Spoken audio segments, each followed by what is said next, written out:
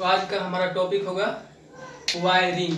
ठीक है, वायरिंग किसे कहते हैं, वायरिंग क्या होता है। ठीक है, तो वायरिंग का मतलब होता है, वायरिंग का मतलब होता है, वायरिंग यानी कि सजाना। वायरिंग का मतलब होता है सजाना, यानी कि किसी भी विद्युत को किसी परिपथ में ले जाने के लिए उसको हम एक रास्ता बनाते हैं, उस परिपथ को एक निश्चित दिशा में या कहीं पर स्थापित करके सजाते हैं, उसको हम वायरिंग कहते हैं। ठीक है, यानी कि इसका इंट्रोडक्शन ये होता है, इसका पहले इंट्रोडक्शन हम देखेंगे।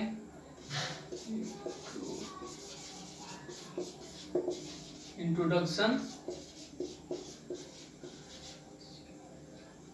परिचय। इसके परिचय के बारे में हम इस वीडियो के अंतर्गत केवल जानेंगे कि ये वायरिंग क्या होता है। ठीक है, तो वायरिंग होता है जैसे जहाँ से विद्युत उत्पाद होता है, विद्युत को उत्पन्न करते हैं, तो वहाँ से किसी परिपथ के द्वारा, किसी साधन के द्वारा हम जब किसी छोटे पावर ग्रिड में या डिस्ट्रीब्यूशन प्रणाली में लेकर के जाते हैं, उसको हम वायरिंग कहते हैं। ठीक है, विद्युत शक्ति जो होता है उत्पाद केंद्र के द्वारा जहाँ से उत्पन्न किया गया, उसको हम किसी परिपथ के द्वारा जहाँ पर हम लेकर जाते हैं, उस रास्ते को हम वायरिंग कहते हैं। और इसको किसी हम लाइन में एक दिशा में सजा देते हैं, एक निश्चित दिशा देते हैं उसको, यही हमारा वायरिंग कहलाता है। ठीक है, वायरिंग जो होता है हमारा मुख्य रूप से इसका संयोजन जो होता है दो प्रकार का होता है। पहला होता है श्रेणी क्रम, सीरीज कनेक्शन, और दूसरा होता है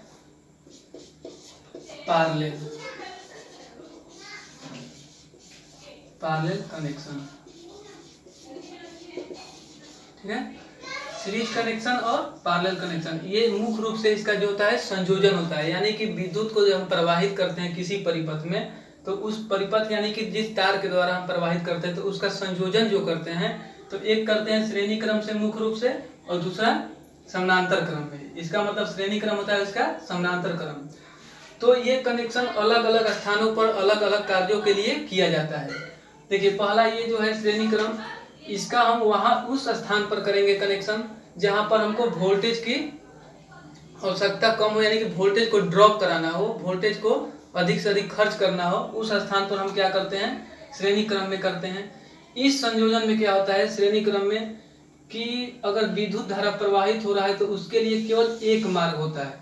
अगर उस बीच में मान लेते हैं कोई लाइन कट जाता है, टूट जाता है, कोई तार टूट जाएगा, तो वो धारा वहीं से परिपथ भंग हो जाता है। इस परिपथ में केवल धारा, जैसे मान लेते हैं एक कनेक्शन बनाते हैं हम, यहाँ पर 3 लैंप को संयोजित कर दिए इस परिपथ में। ठीक है, तो ये एक प्रकार का हमारा वायरिंग हुआ, यहाँ से हम सप्लाई को दे सकते हैं। ठीक है, यहाँ से देंगे, ये हमारा L1, L2 और L3, ये बल्ब का संयोजन हुआ, जो श्रेणी क्रम और समानांतर क्रम के बारे में आप लोग जान चुके हैं पहले भी। ठीक है, तो यहाँ से जब मानते हैं इधर से हमारा फेज जा रहा है, इधर से न्यूट्रल जा रहा है, तो फेज जब जाएगा तो ये फेज अगर बीच में कोई तार टूट जाता है या कोई कनेक्शन कट जाता है या बल्ब फ्यूज हो जाता है, तो ये धारा क्या होता है, पूरा परिपथ भंग हो जाता है। और इसमें अधिक वोल्टेज जो होता है, वोल्टेज अलग अलग बंटवारा होते हैं। इसमें V1 हो गया, ये V2 और V3 हो गया। तो हमारा टोटल यहाँ से अगर VT सप्लाई देते हैं, तो इस VT यानी टोटल वोल्टेज जो होता है, ये सभी के योग के बराबर होते हैं, यानी कि VT बराबर हमारा हो जाएगा V1 plus V2 plus V3, यानी कि जितना वोल्टेज हम देंगे, तो इसमें जो ड्रॉप कर रहा है अलग अलग वोल्टेज, उसके बराबर ये वोल्टेज होगा। वो हमारा क्या कहलाता है, श्रेणी क्रम संयोजन कहलाता है। ये भी एक वायरिंग के अंतर्गत ही आते हैं। ठीक है, और दूसरा जो होता है हमारा समानांतर क्रम। तो समानांतर क्रम में क्या होता है कि बल्ब को हम या कोई भी उपकरण को इस प्रकार से संयोजित करते हैं कि उसमें विद्युत धारा बहने के लिए अनेकों रास्ते होते हैं, और उसमें वोल्टेज क्या होता है, ड्रॉप नहीं करता है, वोल्टेज का बंटवारा नहीं होता है, सभी उपकरण पर वोल्टेज समान मिलते हैं।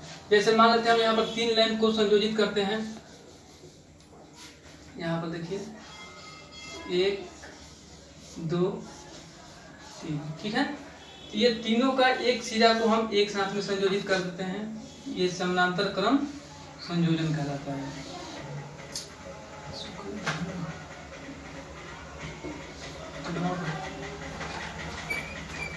चल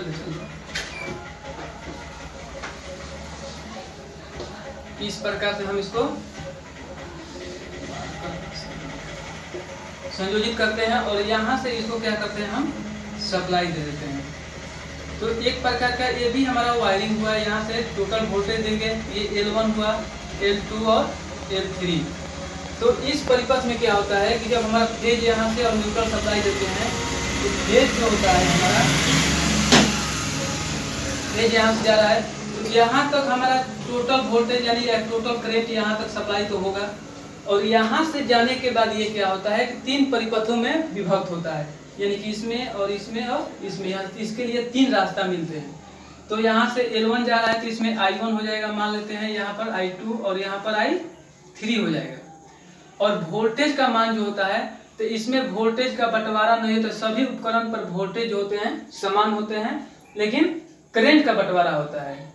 इसी कारण से हम क्या करते हैं कि वैद्युतिक वायरिंग जब करते हैं, घर का वायरिंग करते हैं, तो उसमें हम सभी उपकरण को समानांतर क्रम जोड़ते हैं। इसका यही मुख्य कारण होता है। पहला कारण होता है कि सभी उपकरण पर वोल्टेज जो हो समान मिले, और दूसरा कारण क्या होता है कि अगर कोई परिपथ एक भंग हो जाता है, खराब हो जाता है, तो 2 परिपथ या 3 परिपथ जो अगला परिपथ है वो हमारा डिस्टर्ब नहीं होता है। जैसे यहाँ सप्लाई देते हैं, मान लेते हैं ये परिपथ हमारा I1 L1 के लिए लाइन कनेक्शन कट जाता है, तो तब पर भी हमारा ये 2 फेज का सप्लाई चलते रहता है। इसका कारण क्या है कि फेज सभी को अलग से मिल रहा है, इसमें फेज सभी को एक साथ मिल रहा है। लेकिन यहाँ पर श्रेणी क्रम जो बनाए थे, इसमें क्या हो रहा है कि फेज जब सप्लाई जाता है यहाँ से, तो फेज जब निकलता है तो एक उपकरण के पार करके दूसरे उपकरण में, तीसरे उपकरण में, यहाँ पर L1 को पार करेगा, फिर L2 में जाएगा, उसके बाद L3 में जाएगा।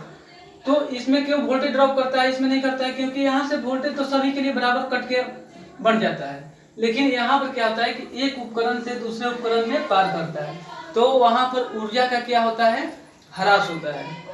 ऊर्जा का ह्रास किस रूप में होता है, ऊर्जा का ह्रास इस रूप में होता है, जैसे यहाँ पर बल्ब लगाए हैं तो इलेक्ट्रिक एनर्जी जो है हमारा किस में, लाइटिंग में या हीटिंग में परिवर्तित होता है।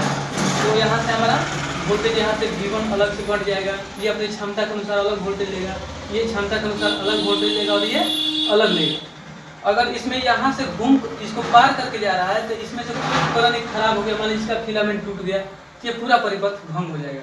लेकिन इसमें क्या होगा कि यहाँ से कोई एक उपकरण का परिपथ भंग भी हो जाता है तो 2 परिपथ का लाइन हमारा चालू रहता है। ठीक है, तो ये हमारा 2 प्रकार के, एक पहला होता है इंट्रोडक्शन इसका बताए, दूसरा इसमें सीरीज कनेक्शन और दूसरा पैरेलल कनेक्शन, जिसको हम विधिवत अगले वीडियो में बताएंगे। ठीक है, और इसमें केवल इसका इंट्रोडक्शन ही काफी।